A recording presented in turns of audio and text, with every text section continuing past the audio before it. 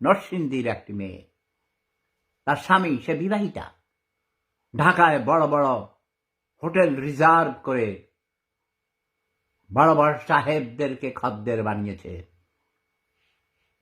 সে নিজেও, আমি জানি না সে নিজেও পতিতা ছিল কিনা, থাকতে পারে, কারণ পতিতা ছাড়া পতিতা স্বীকার করা যায় না। যেমন ঘুঘু পাখি দিয়ে ঘুঘু পাখি ধরতে হয়। মোসাম্মত মুক্তা খাতুন, আমার প্রিয় ভাবি সারা আলী ভাবি, সবাইকে স্বাগতম, শুভেচ্ছা। তোমরা আমার কথাগুলো ভালো করে শুনো, মনোযোগ সহকারে, দয়া করে শেয়ার করো, অন্য কোনো টেক্সট লিখবে না। সোহাগ, এক কথা 100 বার লিখেছিস, তোকে আমি জুতা মেরে বের করে দিচ্ছি। ওকে, এসব ফালতু কথা নিয়ে কথা বলছি না আমি। সমাজ ব্যবস্থার পরিবর্তন ঘটাইতে হবে।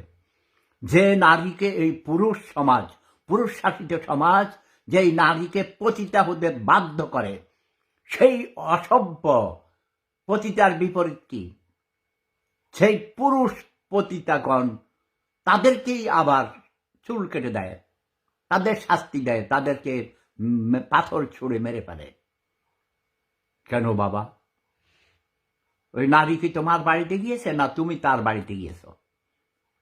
নারী কি কোনো পুরুষ পাড়ায় যায়? পুরুষদের কোনো পাড়া আছে তোদের দেশে? তোরা তো গোপনে গোপনে হুজুররা পোলাফন্দাস, মেয়েদের ধর্ষণ করে তাদের আগুন দিয়ে পুড়িয়ে মারিস। মনে আছে 2019 সালে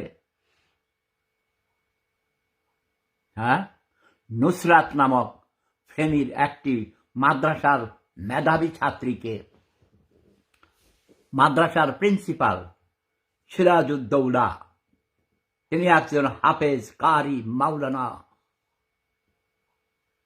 তার ছাত্রী, সুন্দরী ছাত্রীকে শ্লীলতাহানি ঘটিয়েছে, কিন্তু ধর্ষণ করিতে চেয়েছিল, পারে নাই। মানে বিভিন্ন অঙ্গে ধর্ষণ করেছে। তার দারোয়ানকে দিয়ে, পিয়নকে দিয়ে ডেকে নিয়ে রুমে নিয়ে খেলাধুলা করতে চাইছিল আর কি, কিন্তু মেয়ে সেই সুযোগ দেয় নাই।